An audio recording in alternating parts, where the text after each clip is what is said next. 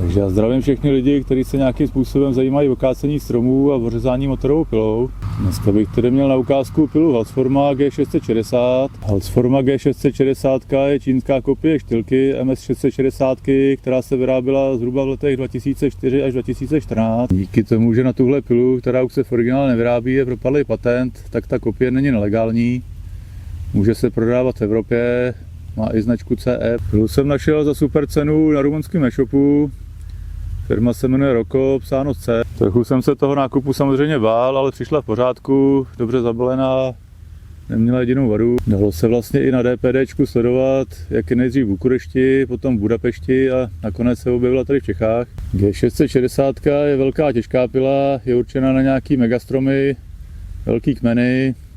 Viděl bych to zhruba tak průměr nad 60-70 cm, na slabší určitě nemá cenu brát. Pila má v obsah motoru 92, výkon 5,2 kW, prázdná bez lišty, váží 7,8 kg, to znamená těch 8 kg zhruba, dejme tomu. S lištou a naplněná váží 10 kg, nějakých 9,9 mi to vycházelo, takže zhruba těch 10 kg. Samozřejmě lišta je určitě lepší nějaká delší, přišla s tím tady ta 45, ale už mám připravenou 60, že si na to dám. Takže třeba na moje řezání je optimální lišta 60 cm. Papírově tuším výrobce doporučuje lišty od 50 do 90 cm.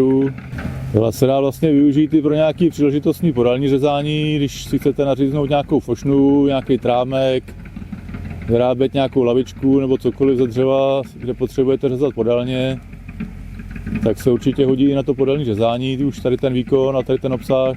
Samozřejmě na podélní řezání je potřeba si tam dát odpovídající lištu a řetěz na podélní řezání, který je broušený na 10 stupňů. Vlastně výkonově je tahle pila silnější než MS 500, která má nějakých 79 obsah, 5 kW. Viděl jsem i nějaký srovnávací test na rychlost řezání na YouTube a opravdu tady ta pila Halsforma vyhrála, i když samozřejmě ta váha zase hraje proti téhle pile. Nějaká bezporuchová životnost samozřejmě se srovnávat určitě nedá. Tady ta pila je určená spíš pro nějaký příležitostní řezání. Nástupce téhle pily od štýlu je MS661, která má podobné parametry, má výkon dokonce 5,4, takže od 0,2 má víc. Ale jinak ty parametry jsou v celku totožný. Co se týká obsahu motoru, váhy, výkonu. MS661 se dá koupit zhruba za 30 000, což samozřejmě hodnota téhle pily je zhruba čtvrtinová, ale určitě zase kvalita těch materiálů na Halsformě nebude až taková, takže ta životnost těch pil samozřejmě bude zhruba v podobném poměru. Ale na nějaký příležitostný používání určitě stačí Halsforma, zase kvůli tomu nemusíte kupovat pilu za 30 000. Jinak samozřejmě ten poměr cena kvalita si odpovídá. Určitě by nebylo v pořádku, kdybyste koupili za 7 000 tu samou pilu jako za 30. Potom by to znamenalo, že originál štylky je nesmyslně předražený, ale tam ta kvalita materiálu je jinde, takže předražená určitě není. Nebo jenom tak částečně. Takže teď zkusím pilu nastartovat, párkrát si s ní tady říznout. Plánuju s ní nějaký podélní řezání, ale to zhruba až příští víkend, takže zatím jenom tady ta ukázka.